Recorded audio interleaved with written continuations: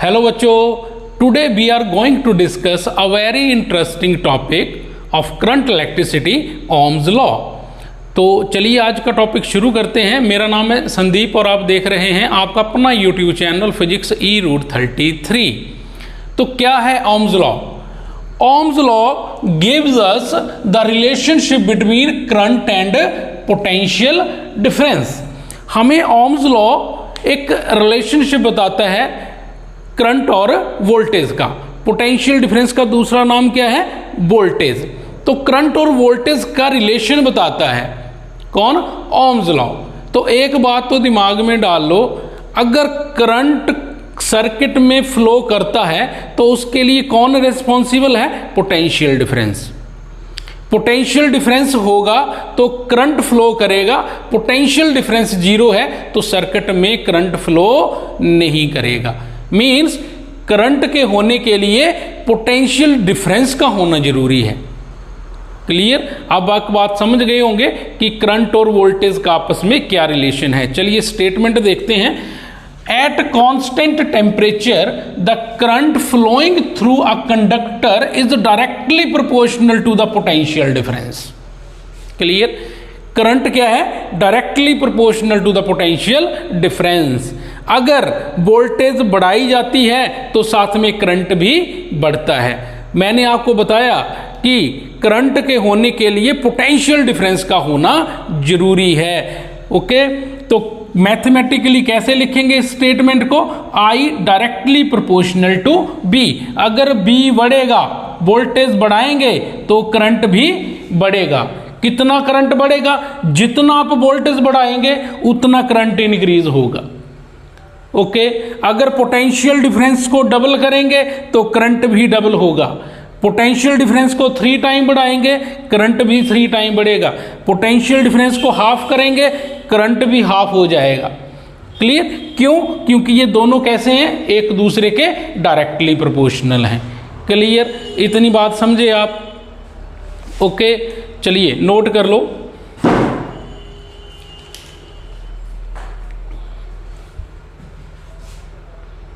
बिठा दें।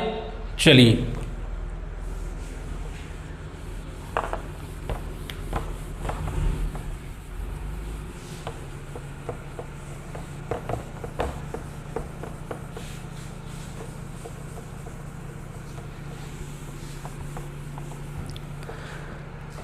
अच्छा, तो क्या बोला?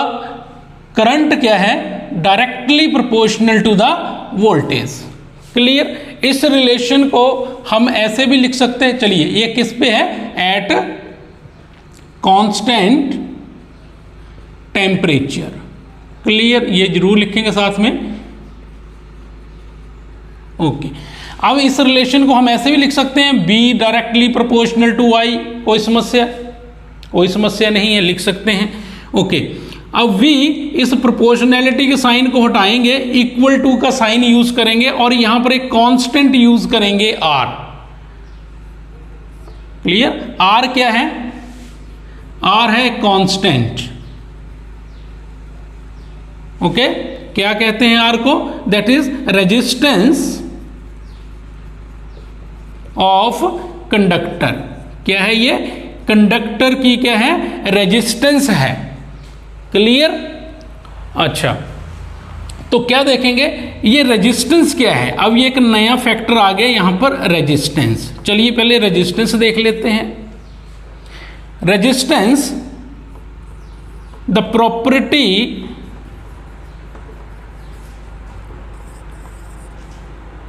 Of an conductor due to which it opposes the flow of current through it, called resistance। Clear बच्चों? क्या है रेजिस्टेंस?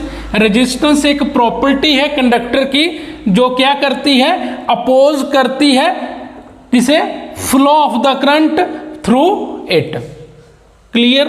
करंट के फ्लो को रोकती है। ये मैटर की, ये कंडक्टर की एक अपनी इंटरनल प्रॉपर्टी है जो करंट के फ्लो को रोकती है, दैट इज कॉल्ड रेजिस्टेंस। आप ये स्टेटमेंट नोट कर लो। समझे रेजिस्टेंस क्या होती है? ओके, चलें आगे देखें। देयरफॉर वी, आई को नीचे ले आओ, upon I that is equivalent to R. Means जो रेशियो है V और I का that is equal to constant. Constant R क्या है? R is the constant proportionality. जो रेशियो होगा BI का वो क्या होगा? कांस्टेंट। इस चीज को हम एक्सपेरिमेंटली भी बाद में प्रूव करेंगे। क्लियर? और जो हमारे पास ग्राफ बनेगा B वर्सेस I का, वो कैसा बनेगा? एक स्ट्रेट लाइन बनता है। क्लियर? तो इतना नोट कर लो आप, V proportional to I, V is equal to Ri, R is a constant called resistance of the conductor. And what is the resistance? It is a property of a conductor due to which it opposes the flow of current through it. Clear बात? Okay, then I को नीचे ले आते हैं, that is equivalent to R। तो ratio किसके बराबर हो गया? VI का, इक्विवेलेंट टू R। R क्या है? कांस्टेंट। तो रेशियो क्या होगा VI का? कांस्टेंट होगा। क्लियर? आगे हम इस चीज को एक्सपेरिमेंटली भी देखेंगे। आपको प्रैक्टिकल भी है 10th क्लास में इसका। ठीक है, प्रैक्टिकल आप करेंगे तो आपको और क्लियर होगा। ये आप V और I का जब रेशियो निकालोगे तो कांस्टेंट आएगा। चलें आगे। अच्छा, नोट कर लो। चलिए रब करें।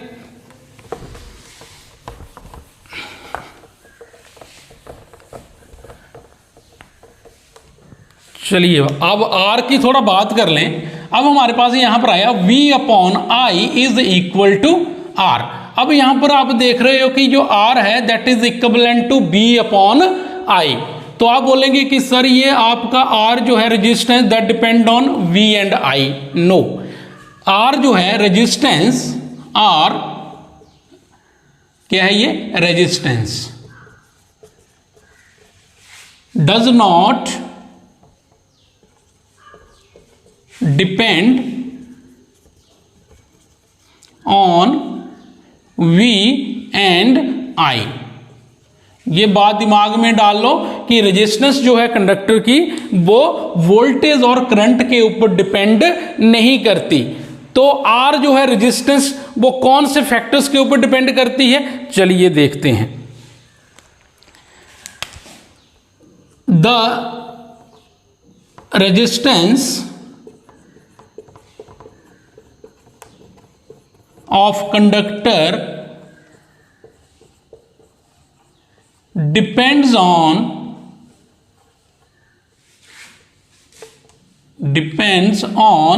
number one,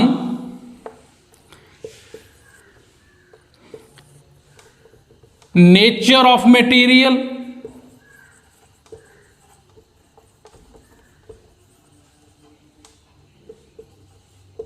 number two, length of conductor,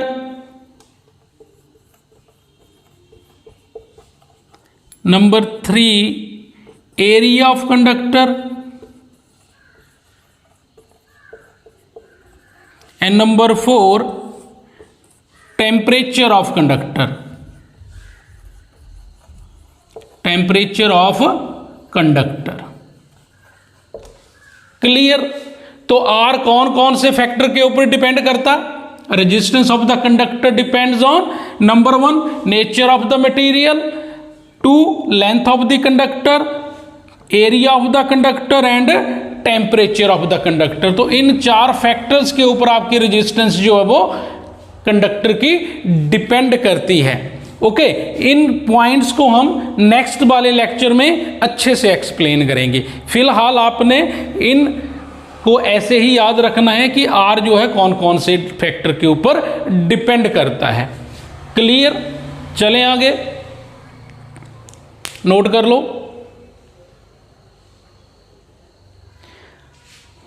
चलिए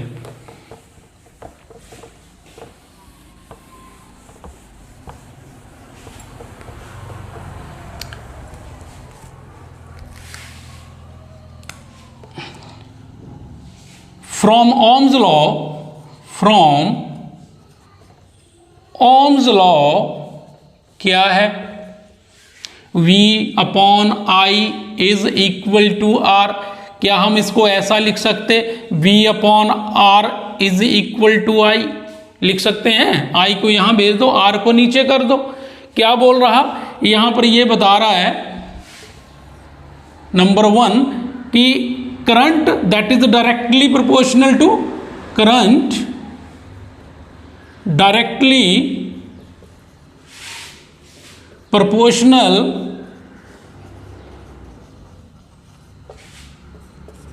टू द वोल्टेज। सही बात है। नंबर 2 क्या बता रहा, current is inversely proportional to the are.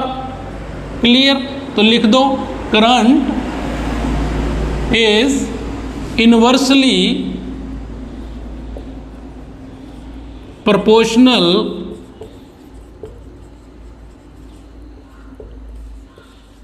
To the resistance R. सही बात।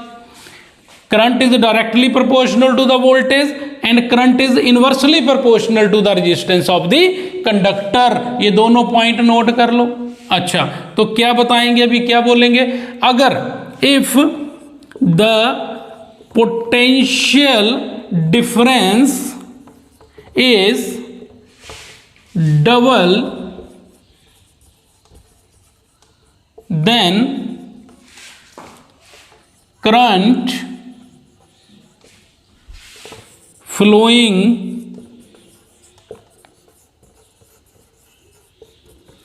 through the conductor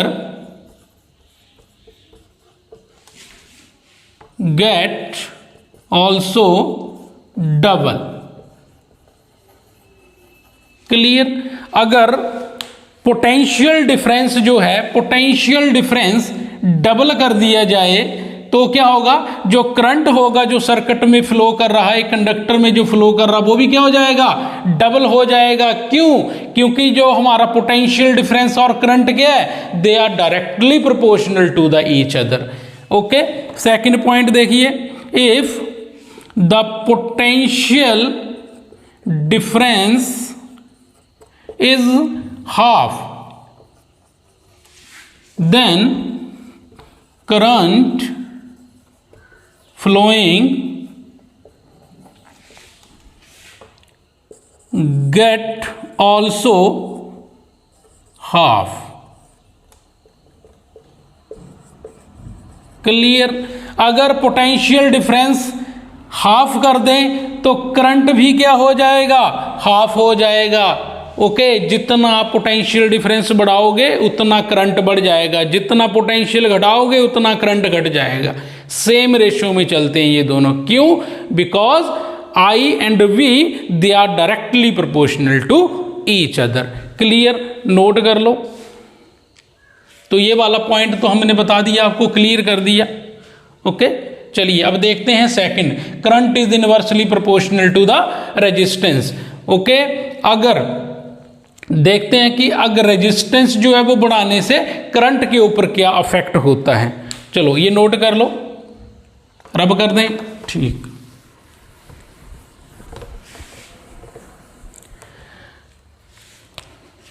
देखिए सेकंड वाला पॉइंट देखते हैं, इफ द रेजिस्टेंस। अब ये देखिए रेजिस्टेंस क्या है, रेजिस्टेंस है मेरी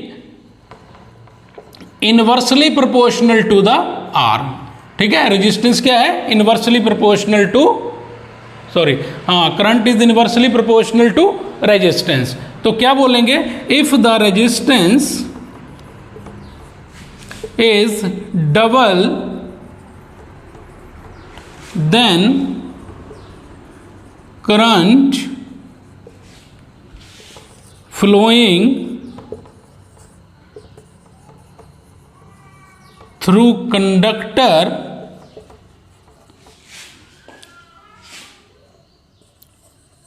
get half। अगर रेजिस्टेंस जो है कंडक्टर की डबल कर दें तो करंट क्या हो जाएगा, through the conductor that is half. अगर रेजिस्टेंस को डबल कर रहे हैं तो करंट क्या हो जाएगा, आधा रह जाएगा। क्यों? क्योंकि करंट और रेजिस्टेंस क्या है, they are inversely proportional to each other. अगर सेकंड पॉइंट में देखें, अगर हम रेजिस्टेंस को अगर मैं हाफ कर दूं तो क्या होगा, करंट। तो बताइए करंट क्या होगा, करंट बेटा डबल हो जाएगा। क्लियर? अगर रेजिस्टेंस को हाफ करते हैं तो करंट क्या हो जाएगा, डबल हो जाएगा। क्यों? क्योंकि करंट और रेजिस्टेंस कैसे हैं, एक दूसरे के इनवर्सली प्रोपोर्शनल हैं। जितना आप रेजिस्टेंस बढ़ाओगे, ठीक है, उसका आधा जो है वो करंट रह जाएगा। क्लियर? ओके। अच्छा, तो देख लिया हमने, रेजिस्टेंस को डबल किया तो करंट आधा रह गया। अगर रेजिस्टेंस को आधा करते हैं तो आपका करंट क्या हो जाता है, डबल हो जाता है। क्लियर? ये बातें दिमाग में डाल लो, very very important. Clear? Note कर लो। चलिए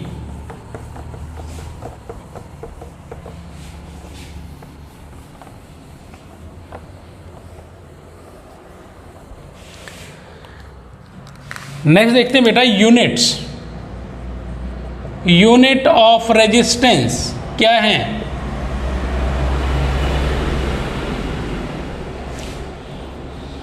दैट इज ओम। ये होता है सिंबल ओम का। ठीक है, रेजिस्टेंस के यूनिट क्या होते हैं, ओम होते हैं। ओके, रिलेशन क्या है, V upon I that is equal to R। तो रेजिस्टेंस हमारी 1 ओम कब होगी, resistance is 1 ohm is equal to when potential difference is 1 volt and current is 1 ampere। तो ये आपको आ सकता है, डिफाइन 1 ओम, डिफाइन 1 ओम। 1 ओम को डिफाइन करो तो कैसे करेंगे, 1 volt upon 1 ampere. Potential difference के यूनिट क्या होते हैं, वोल्ट। पोटेंशियल डिफरेंस के यूनिट क्या है, वोल्ट। तो पोटेंशियल डिफरेंस को किसके दिखाएंगे, वोल्ट से दिखाएंगे। और करंट के क्या होते हैं, करंट के unit that is ampere. Clear? Current के यूनिट एम्पियर, पोटेंशियल डिफरेंस के यूनिट वोल्ट होते हैं। तो 1 ओम किसके बराबर हो गया, 1 वोल्ट अपॉन 1 एम्पियर। समझे? चलिए मिटा दें। ठीक,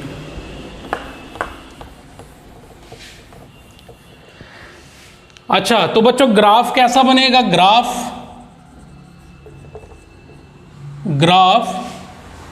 V वर्सेस I। तो ग्राफ कुछ ऐसा बनेगा, this is your voltage and this is your current. ठीक है, तो ग्राफ बनता है बेटा एक स्ट्रेट लाइन। कैसा ग्राफ बनता है, स्ट्रेट लाइन। ओके, क्यों? क्योंकि जो रेशियो होता है BI का कैसा होता है, कांस्टेंट। कैसा होगा, constant. V upon I is equal to constant. V upon I is equal to constant. ठीक है, ये स्लोप जो बनी that is represents V directly proportional to I। Current क्या होता है, directly proportional to the voltage. तो एक स्ट्रेट लाइन ग्राफ हमारे पास यहां पर बनता है। ओके,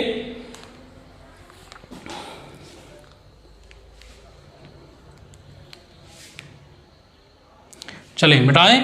चलिए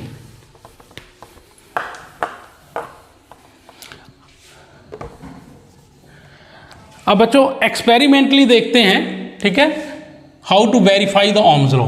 experimentally to verify Ohm's law. ठीक है, ओम्स लॉ। तो चलिए डायग्राम बनाते हैं। दिस इज योर एमीटर,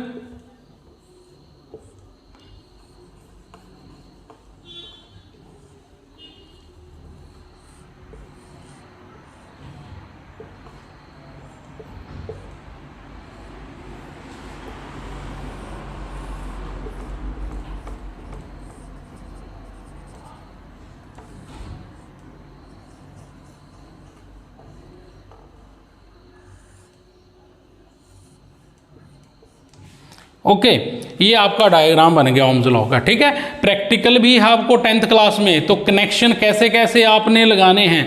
ठीक है, देख लो, ये आपका कोई कंडक्टर है, ये कोई कंडक्टर है जिसकी रेजिस्टेंस क्या है, आर, जिसकी रेजिस्टेंस क्या है, आर है। ये आपका वोल्ट मीटर है, ये आपका एमीटर आ गया। ओके, और ये क्या है बच्चों, इसको बोलते हैं रियोस्टैट। क्या होता है, रियोस्टैट। ये वेरिएबल रेजिस्टेंस है, वेरिएबल रेजिस्टेंस। ओके, ये फिक्स नहीं होता, ये वेरिएबल रेजिस्टेंस होता है। आप अपनी मर्जी से इस इलेक्ट्रिकल सर्किट में करंट को इंक्रीज और डिक्रीज कर सकते हैं। क्लियर, एक रियोस्टैट होता है, उसके ऊपर एक स्लाइडर सा लगा होता है। ओके, तो ये रेजिस्टेंस को एडजस्ट करने के लिए होता है। ठीक है, करंट का फ्लो कितना देना है कितना नहीं, that depends on this. Okay, और ये क्या है, ये आपकी की है, स्विच है। की को क्या बोलेंगे, switch, on off switch. Clear, अगर आपका जो की है, की अगर आपकी ओपन है, ओपन है तो मतलब सर्किट में करंट फ्लो नहीं करेगा। ठीक है, no flow of current. Clear, ये याद रखेंगे। ओके, अगर आपकी की जो है वो क्लोज है, क्लोज, तो सर्किट में करंट फ्लो करेगा। ठीक है, करंट क्या करेगा, करंट फ्लो। यूं कह लो, ओपन करेंगे की को तो सर्किट ऑफ, अगर क्लोज करेंगे की को तो सर्किट ऑन। समझ गए। अच्छा, ये आपकी बैटरी आ गई, ये पॉजिटिव टर्मिनल, ये नेगेटिव टर्मिनल। और बेटा जो बड़ी टांग होती है पॉजिटिव होती है, छोटी जो है वो नेगेटिव होती है। जो पॉजिटिव है ये हाई पोटेंशियल भी होती है, हाई पोटेंशियल, और जो नेगेटिव वाली है ये लो पोटेंशियल के ऊपर होती है, लो पोटेंशियल। ठीक है, तो ये ध्यान में रखेंगे। ओके, आपका आ गया एमीटर के दो टर्मिनल, पॉजिटिव नेगेटिव, वोल्टेज के पॉजिटिव नेगेटिव। ठीक है, तो ये सारा आपका इलेक्ट्रिकल सेटअप है। ओके, और मैंने आपको बताया कि जो एमीटर होता है क्या मेजर करता है, एमीटर क्या मेजर करेगा, करंट मेजर करेगा। एमीटर क्या मेजर करता है, करंट को मेजर करता है। क्लियर। ओके, और आपका वोल्ट मीटर, वोल्ट मीटर क्या करता है, पोटेंशियल डिफरेंस मेजर करता है। ये चीज हमेशा ध्यान में रखना, ये बताएगा पोटेंशियल डिफरेंस इन दो पॉइंट्स के बीच का। ये जो दो पॉइंट है ए और बी, इनके बीच का पोटेंशियल डिफरेंस कौन बताएगा, वोल्ट मीटर बताएगा। और एमीटर आपको टोटल करंट बताएगा इलेक्ट्रिकल सर्किट का। और एमीटर को कैसे कनेक्ट करते हैं, एमीटर को कैसे कनेक्ट करेंगे सर्किट में, सीरीज में कनेक्ट करते हैं। कैसे कनेक्ट करते हैं, सीरीज में। और वोल्ट मीटर को कैसे कनेक्ट करते हैं भाई, पैरेलल में। कैसे, पैरेलल में। ये हमेशा ध्यान रखना ये दो चीजें, एमीटर को सर्किट में सीरीज में लगाया जाता है और वोल्ट मीटर को हमेशा पैरेलल में लगाया जाता है। क्लियर। जो एमीटर होता है आपका, ये एक लो रेजिस्टेंस डिवाइस है। कैसा है, low resistance, low resistance. Okay, और आपका जो वोल्ट मीटर होता है ये हाई रेजिस्टेंस डिवाइस होता है। रेजिस्टेंस, वोल्ट मीटर की रेजिस्टेंस हाई होती है, एमीटर की resistance very very very low. ठीक है, और आइडियल रेजिस्टेंस की बात करें, सॉरी आइडियल एमीटर की, उसकी रेजिस्टेंस तो जीरो ही होती है। क्लियर। ओके, इसकी तो बिल्कुल लो रेजिस्टेंस होगी, तभी तो ये आपको टोटल करंट बताएगा, नहीं तो ये भी खा जाएगा करंट को। ठीक है, तो चलिए ये सारा सेटअप है आपका।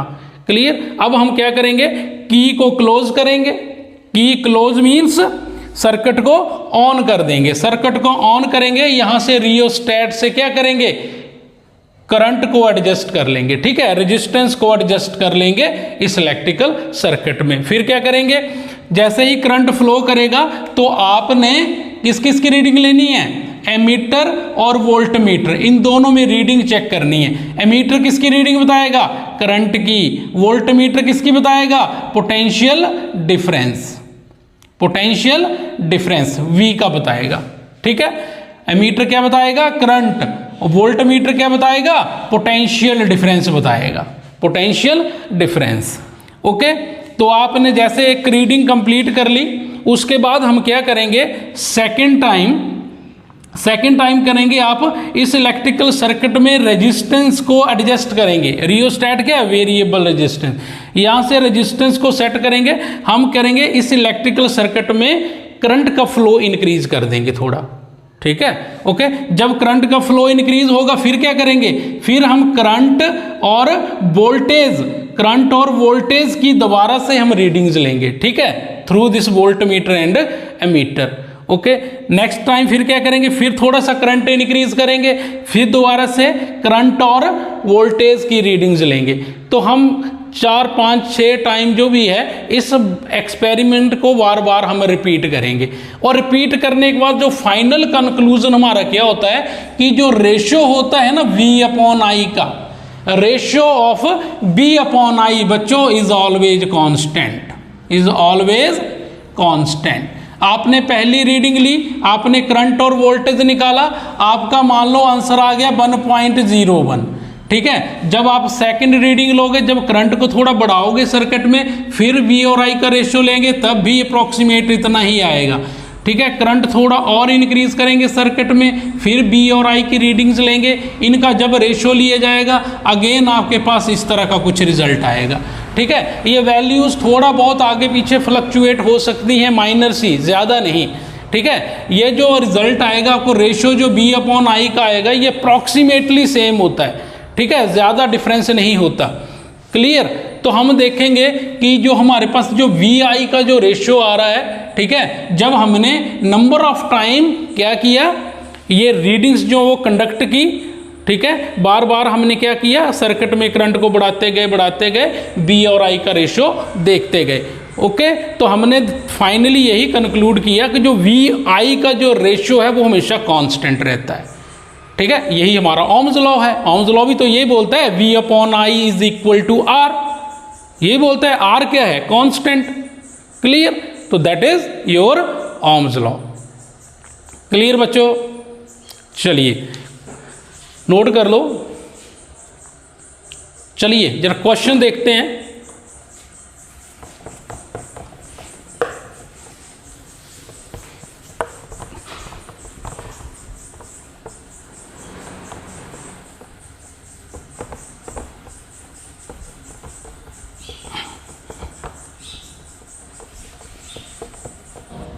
An electric iron draws a current of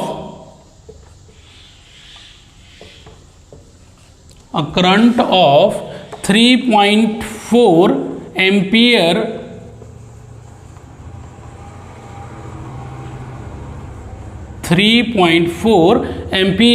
from 220 volt supply line. What current will this device iron draws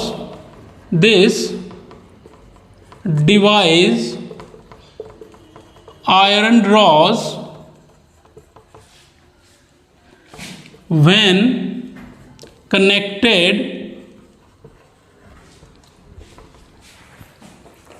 to 110 volt supply line, ठीक है। This is your question.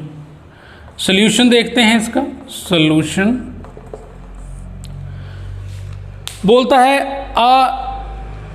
Electric iron draws a current of 3.4 ampere from 220 volt supply line. What current will this device iron draws when connected to a 110 volt supply? अच्छा क्या करेंगे इसमें, देखिए हमें voltage दी है 220 volt, current आपको दिया है 3.4 एम्पियर, क्लियर। आपको पहले यहाँ से रेजिस्टेंस निकाल लेना, ठीक है। रेजिस्टेंस निकालेंगे किसका? इलेक्ट्रिक आयरन का। ओके, तो कैसे निकालेंगे resistance? V upon I is equal to R। Clear? V का वैल्यू कितना है? 220। ओके, I कितना है? 3.4 is equal to R। Done. अच्छा, यहां से पॉइंट हटाएंगे तो 10 ऊपर चले जाएंगे, तो ये ऊपर बन जाएगा 2200 upon 34 that is equal to R। Clear? अब इसको कट करिए।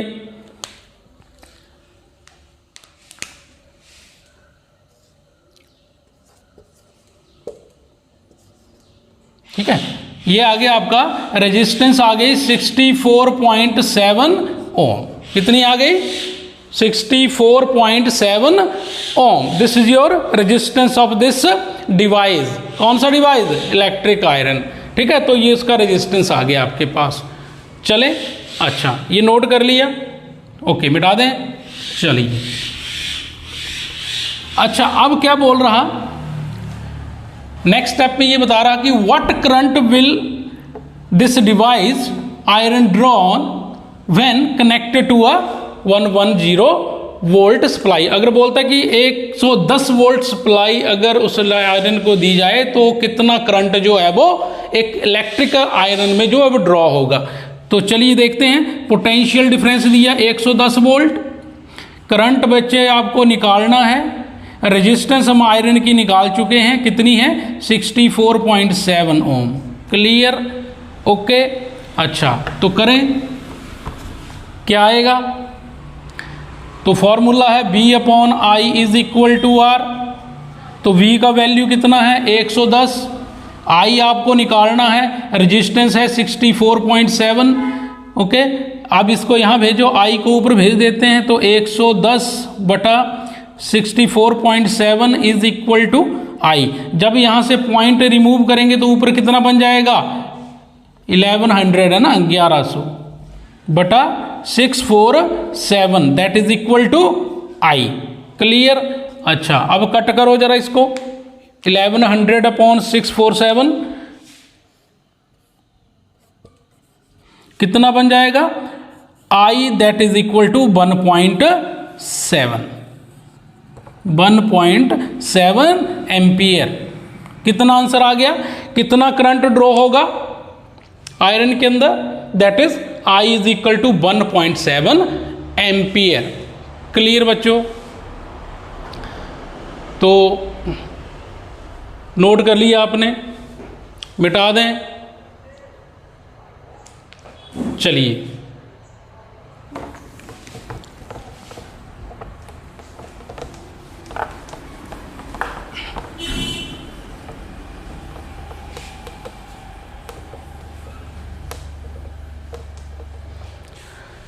सो फाइनली बच्चों, बहुत मेहनत लगती है, बहुत हार्ड वर्क करना पड़ता है ये सब करने में, वीडियो बनाने में। तो अगर वीडियो इन्फॉर्मेटिव लगा हो तो प्लीज़ लाइक, शेयर और सब्सक्राइब करें। मिलते हैं जल्द ही नेक्स्ट वीडियो में एक नेक्स्ट लेक्चर के साथ।